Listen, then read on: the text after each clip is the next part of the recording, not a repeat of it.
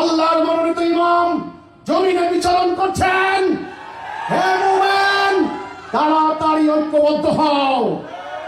এইবারে দাজ্জালের বিনাশ হবে, এইবারে দাজ্জাল ধরাশায়ী হবে, এইবারে দাজ্জাল পরাজিত হবে, এইবারে দাজ্জালের ধ্বংস হবে। আমার রাসূল যেই দাজ্জালের কথা বলেছেন, সেই দাজ্জাল দুনিয়াতে চলে এসেছে। আজকে সমগ্র দুনিয়াতে কন্ট্রোল করছে। পুরো মানব জাতি দাজ্জালকে প্রভু বলে সেজদা করছে। আমরা দাজ্জালকে সেজদা করব না। আমরা সেজদা করব কাকে? আমাদের প্রভু কি দাজ্জাল?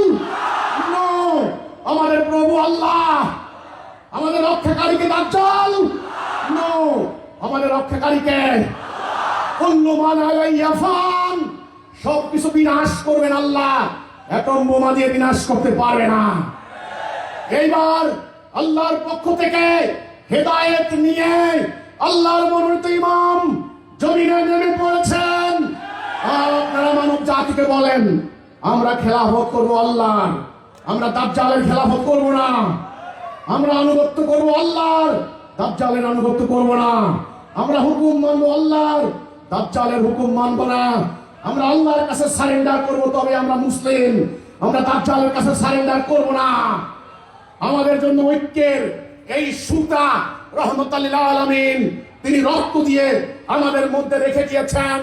কাজে এটা আমাদের জীবনের বিধান, এটা আমাদের রাষ্ট্র পরিচালনার সংবিধান। আমি শেষ কথা বলছি, আপনারা ভয় পাবেন না। কোন শক্তি, কোন পরাশক্তি, কোন সরকার, কোন কেউ আপনাদেরকে ক্ষতি করতে পারবে না। কারণ আপনারা মুমিন, আপনারা কোনো অন্যায় করেন নাই, আপনারা কোনো আইন ভঙ্গ করেন নাই, আপনারা কোনো দুর্নীতি করেন নাই। আপনারা শুধুমাত্র আল্লাহর বিধানকে কায়েম করার জন্য নেমেছেন। কাজেই রক্ষা করবেন কে? আল্লাহ।